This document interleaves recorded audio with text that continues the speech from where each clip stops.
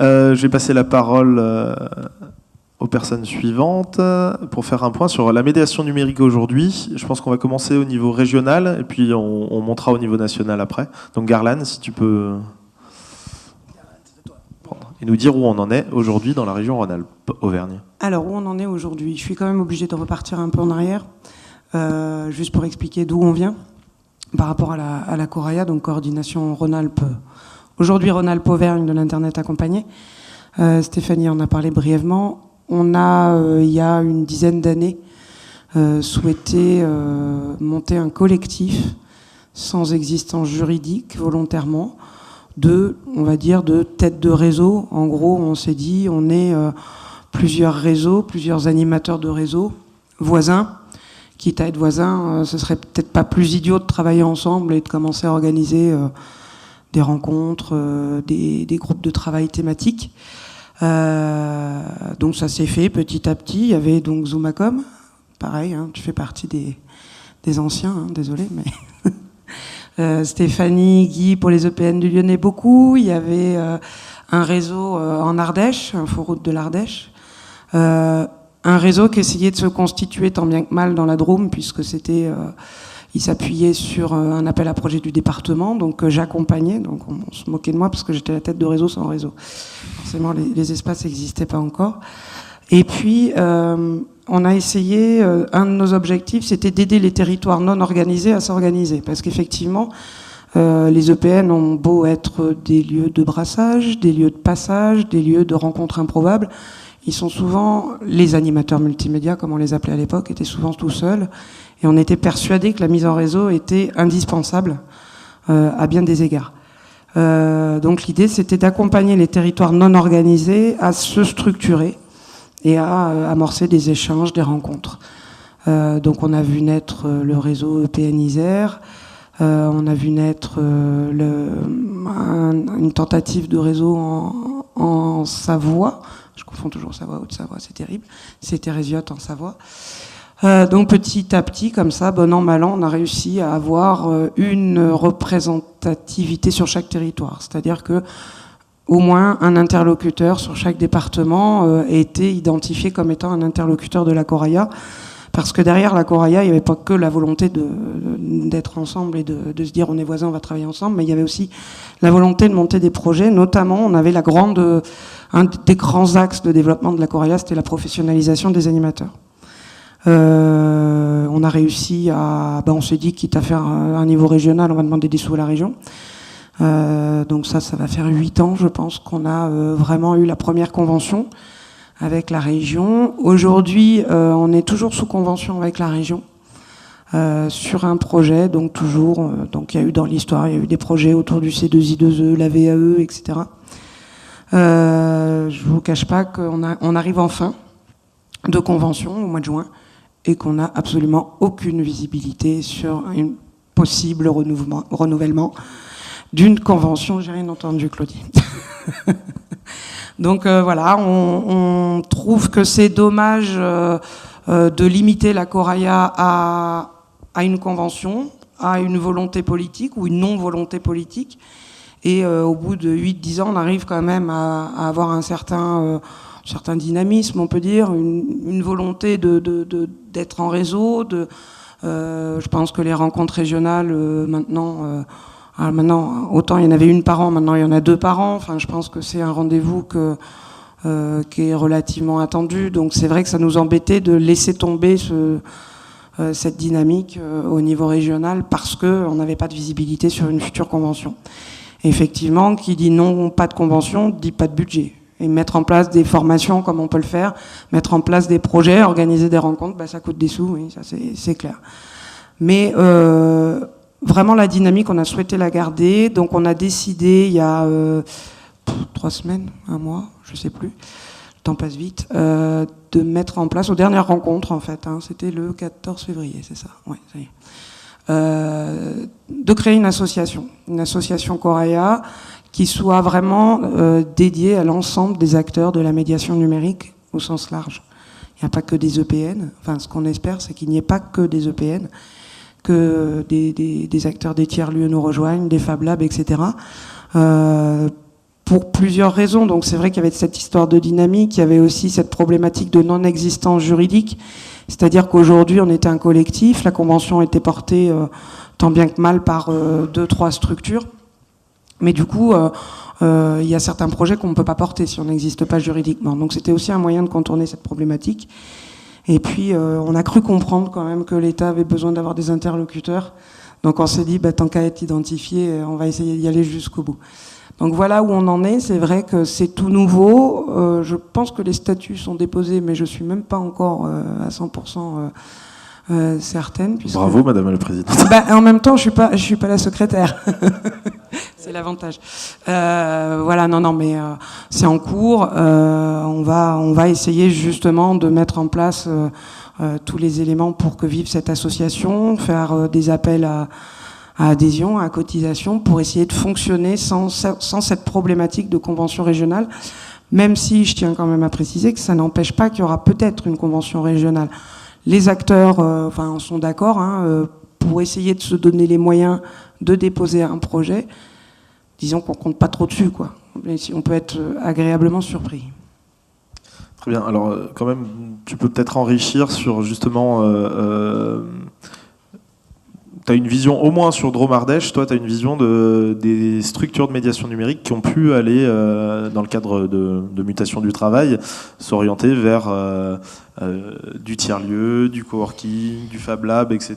Toi, tu en as quelle vision aujourd'hui sur ce qui se passe ? Alors déjà, moi, je vais faire râler plein de monde, c'est que je considère qu'à peu près 95% des EPN étaient déjà des tiers-lieux, sauf qu'ils ne le savent pas, ils ne l'affichent pas. Alors, ils sont très mauvais pour faire du marketing, là, on n'est pas bon pour la com dans le monde des EPN. Mais ça, c'est toute l'histoire de l'éducation populaire. C'est toute l'histoire de l'éducation populaire, effectivement. Il y en a qui sont bien meilleurs que nous. Mais pour moi, ils ont toujours été des tiers-lieux. Alors, j'ai des exemples dans des coins, mais paumés de la Drôme. Je cite tout le temps Saint-Nazaire-le-Désert, mais pour une fois, je vais changer, je vais prendre Saint-Julien-en-Quin, où effectivement, c'est le dernier lieu de vie du village. Et j'allais dire que l'EPN était presque un alibi en fait pour faire plein de choses autour, où les jeunes côtoient les anciens. Il y a des ateliers autour du numérique, mais autour de plein de choses. Ils ont été jusqu'à récupérer la licence 4 du village, et il n'y a plus que ça dans le village. Mais ça a complètement révolutionné le truc.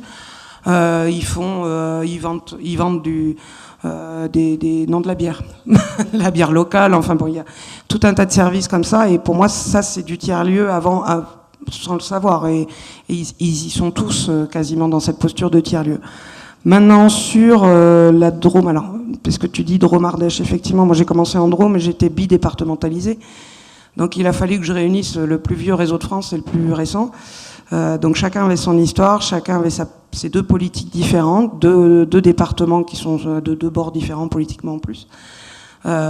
Côté Ardèche, c'est plutôt une volonté de développer du tiers-lieu dans le sens coworking, je pose ça là et on verra, sur beaucoup d'initiatives privées. Donc là, c'est vrai que je suis assez éloignée. Par contre, en Drôme, il y a un appel à projet tiers-lieu qui s'est terminé il y a 3 jours. Il y a eu plusieurs vagues. L'idée était soit de permettre aux EPN qui le souhaitaient d'évoluer vers une démarche tiers-lieu, soit d'en créer des nouveaux, même si ça a posé quelques problèmes, puisqu'entre-temps, la loi NOTRe est passée par là et qu'il y a des projets qui devaient être soutenus, qui n'ont pas pu être soutenus. Mais enfin bon, ça c'est les joies des changements. Donc c'est vrai que ça a facilité cette prise en compte de la notion de tiers-lieu, mais aussi de pousser une évolution peut-être un peu plus affirmée, un peu plus affichée des EPN. Et il y a beaucoup de tiers-lieux dans le sens coworking, plutôt initiative privée, qui n'avaient pas pris en compte non plus la dimension médiation numérique. Et un de mes rôles sur les territoires, c'est essayer de faire le lien entre tout ça. Donc en m'appuyant notamment sur la convention Coréa, parce qu'on avait des petits budgets là-dessus, c'était des rencontres des territoires où on croise la médiation numérique avec d'autres acteurs professionnels. Donc on pose ça on fait le tour des départements, un coup en Drôme, un coup en Ardèche, un coup en Loire, etc.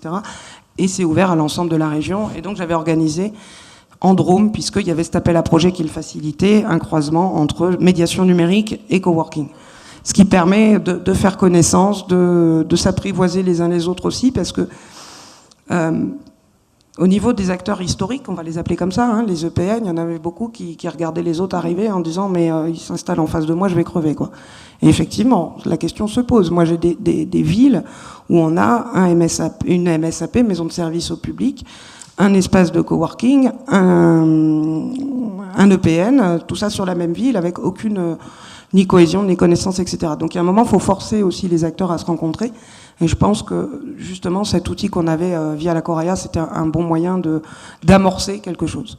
Je dis pas qu'on révolutionne le truc, mais ça amorce.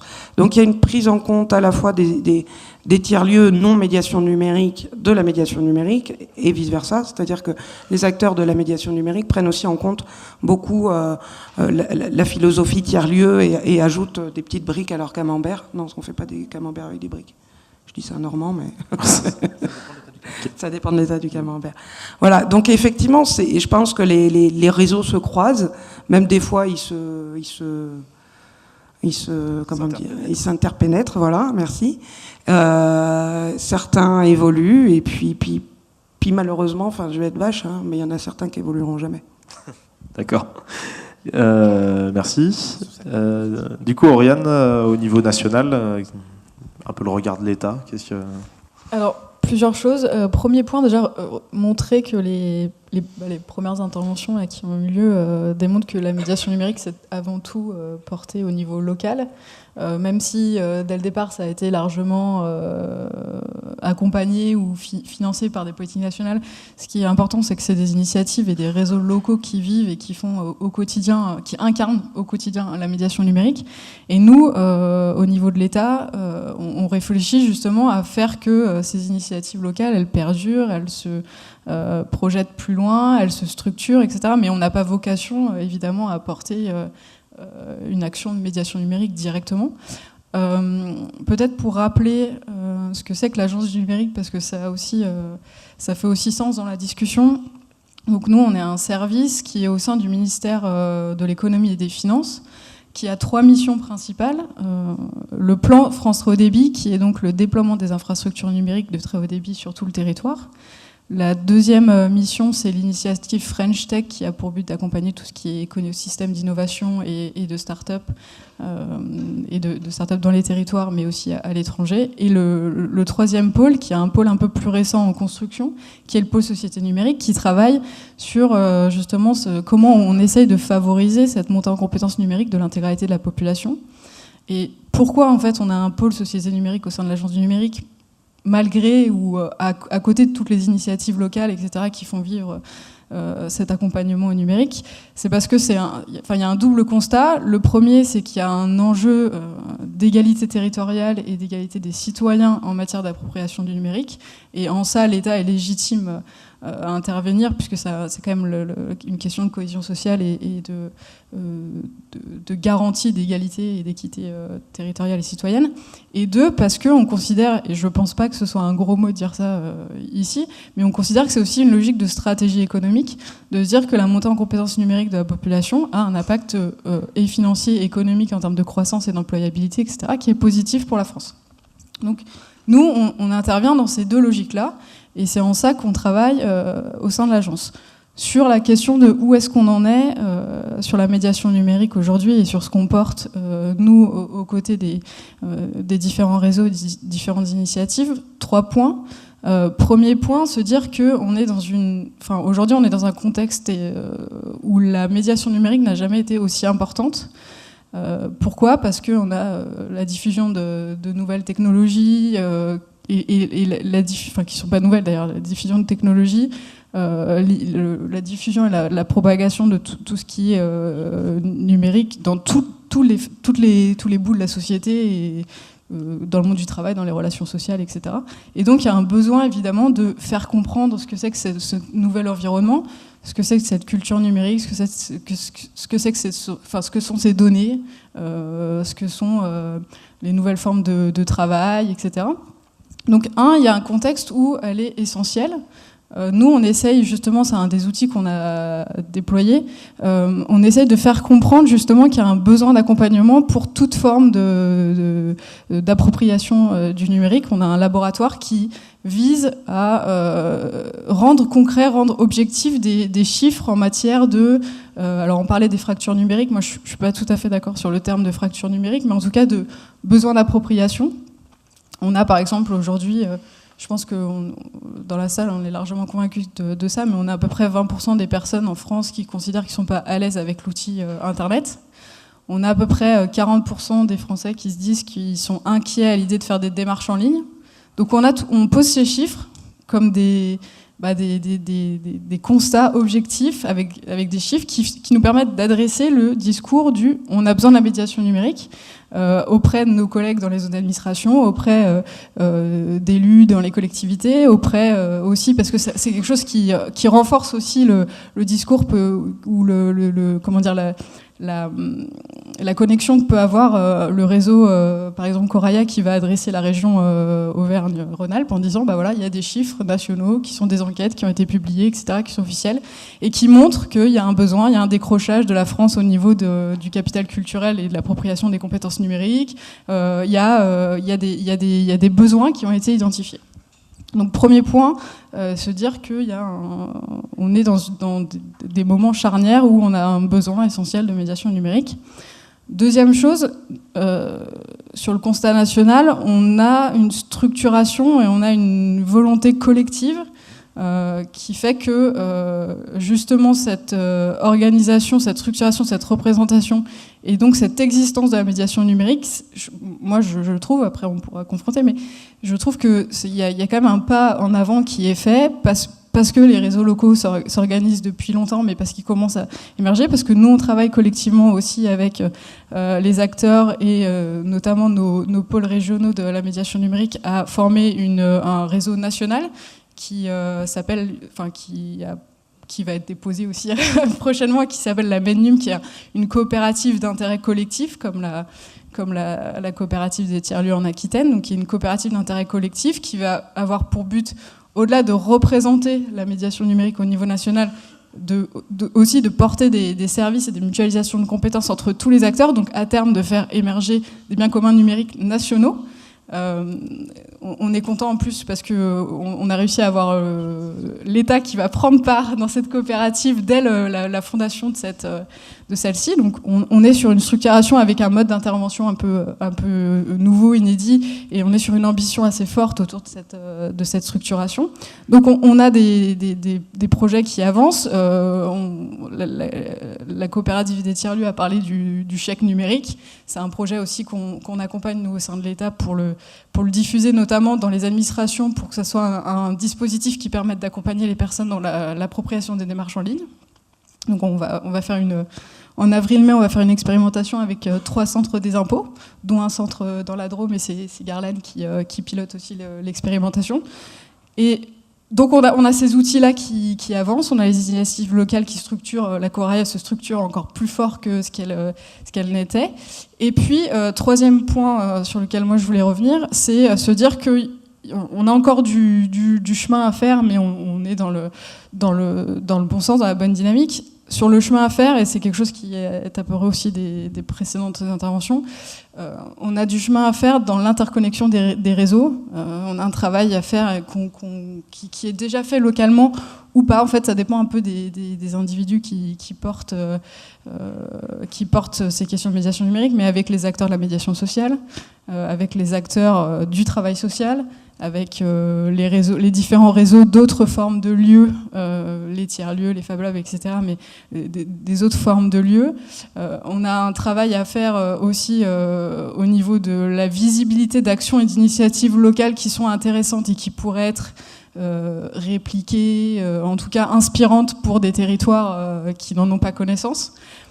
Et puis on a une dynamique aussi qui s'engrange, nous on le voit beaucoup à l'agence, c'est qu'on a une dynamique de réflexion de beaucoup de territoires sur les questions justement de stratégie d'usage et de services numériques, sur lequel nous on travaille aussi, puisque dans le cadre de la loi République numérique, il y a un article qui invite fortement les territoires à se doter de stratégies d'usage et de services pour avoir des dynamiques un peu cohérentes d'organisation de ces questions. Et donc nous, on pilote la rédaction d'un document cadre qui a pour but justement de, définir des orientations stratégiques en la matière et de fournir une méthodologie, un kit méthodologique, une boîte à outils à ces territoires pour justement ces stratégies d'usage et de services dans lesquelles, et c'est un travail qu'on mène collectivement, dans lesquels on a bien en tête que la médiation numérique doit être reconnue, doit être pensée comme une ressource, puisque c'est un ancrage local, c'est des structures qui ont des vrais ancrages locaux, donc une ressource pour la définition de ces stratégies, et évidemment une ressource pour la mise en œuvre de ces stratégies et pour l'accompagnement au numérique des citoyens. D'accord, merci. Je réfléchis à une question en fait que j'arrive pas à formuler depuis tout à l'heure quand tu parles. Est-ce qu'en gros l'agence numérique a quand même un souci un peu de prescription ou de diffusion des bonnes pratiques du coup, et quelles seraient-elles si c'est le cas? Alors oui, parce que je pense que c'est un des rôles sur lesquels on est comment dire, attendu, enfin c'était plus peut-être le plus légitime, c'est-à-dire c'est assez facile d'être légitime à faire ça, parce qu'en fait il y a une vraie question sur que nous on se pose, hein, mais c'est sur quoi, donc, sur quel périmètre l'État est légitime à intervenir aujourd'hui, parce que enfin sur ces questions-là il y a quand même concrètement oui, avec la décentralisation des pouvoirs, de toute façon voilà, c'est une vraie question qui se pose. Voilà, je pense que je ferais mal mon travail si je me posais pas la question. Donc sur la question de la valorisation des bonnes pratiques, oui, y compris parce qu'on travaille, comme on a ces 3 missions à l'agence et qu'on a une vraie antériorité sur la question du très haut débit, de l'accompagnement justement du déploiement des infrastructures, on est vraiment en lien avec les différentes collectivités, les différents territoires, les différentes initiatives locales, et ces ressources, ces partenaires nous font émerger, nous font remonter, nous identifient aujourd'hui à l'agence du numérique comme un partenaire un peu privilégié ou expert de ces thématiques-là. Et donc, ils nous font monter un certain nombre d'informations. Et l'idée, effectivement, alors on le fait aujourd'hui un petit peu dans le cadre du laboratoire qui est sur le site internet de l'agence, qui est vraiment un espace d'agrégation de savoir et de données en matière de pratique et d'usage numérique. On le fait un petit peu en valorisant des initiatives. On a la mairie de Nanterre, par exemple, qui valorise son initiative d'analyser l'utilisation de ces lieux de médiation numérique en fonction de la sociologie des quartiers et des besoins en matière de dématérialisation, d'accompagnement à la dématérialisation. Donc on le fait au travers du laboratoire, on va le faire progressivement dans le cadre du travail justement sur ces fameuses stratégies d'usage et de services numériques, puisque l'idée c'est de faire émerger au-delà du kit méthodologique des bonnes pratiques, des bonnes initiatives inspirantes en les documentant, hein, en travaillant sur ce que vous faites au quotidien, enfin sous la même forme en tout cas. Et c'était aussi un des buts et une des raisons pour lesquelles dans le cadre de ces stratégies, de cette réflexion sur les stratégies, on a fait une concertation en ligne pour faire émerger des contributions d'acteurs qu'on n'aurait pas forcément identifiés nous facilement, pour faire émerger des contributions et souvent ces contributions c'est moi j'ai fait ça a bien marché parce qu'on a fait ça comme ça, etc. Et donc ces contributions qui nous ont été qui ont été publiées sur le site de la concertation vont nous servir aussi à définir les orientations stratégiques, à outiller, à compléter le kit méthodologique et donc à valoriser les bonnes pratiques. Et évidemment, on a aussi vocation à le faire encore plus progressivement. Petite question open data, ce sera tout accessible, tout ce qui a été remonté comme matériau, la matière brute, hein, pas forcément que la version retravaillée. Alors, c'est une concertation en ligne qui est toujours ouverte, le site est ouvert. Tout ce qu'on met sur le laboratoire, donc toutes les enquêtes qu'on finance ou les chiffres, les analyses qu'on fait, c'est tout de la licence ouverte, donc que ce soit données ou savoir. On est vraiment sur ces questions-là. On essaie de mettre en cohérence le fond et la forme. Donc on est très soucieux de ces questions. La concertation en ligne, on l'a fait sur un outil qui est open source, en partie parce que c'était open source évidemment, parce qu'on connaissait aussi l'outil et que dans l'équipe on savait le gérer correctement. Et effectivement, la plateforme elle est toujours en ligne. On a publié la semaine dernière une chronologie du travail qu'on va mener pour rendre visible après la concertation, parce que là elle est terminée. Pour des raisons très pragmatiques de réserve électorale. Elle est terminée le 24 mars parce que c'est le début de la réserve électorale, la période de réserve électorale.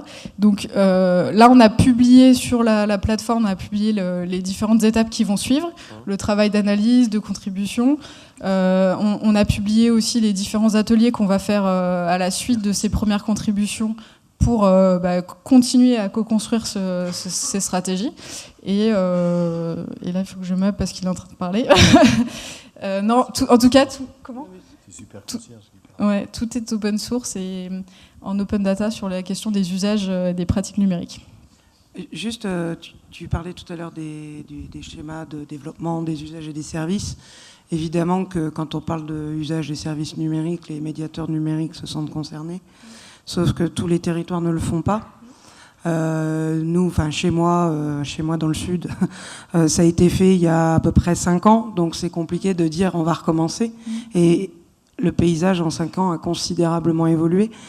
Juste, il y a aussi d'autres outils où je pense que les acteurs de la médiation numérique ne doivent pas hésiter non plus à aller. Et je pense, alors je ne sais pas où en sont tous les départements, mais notamment au SDASP, les schémas départementaux d'accessibilité de services au public, au service public, où effectivement, nous, ça s'est fait côté Ardèche, côté Drôme, et systématiquement, la question du numérique, de la dématérialisation et donc de l'accompagnement ressort.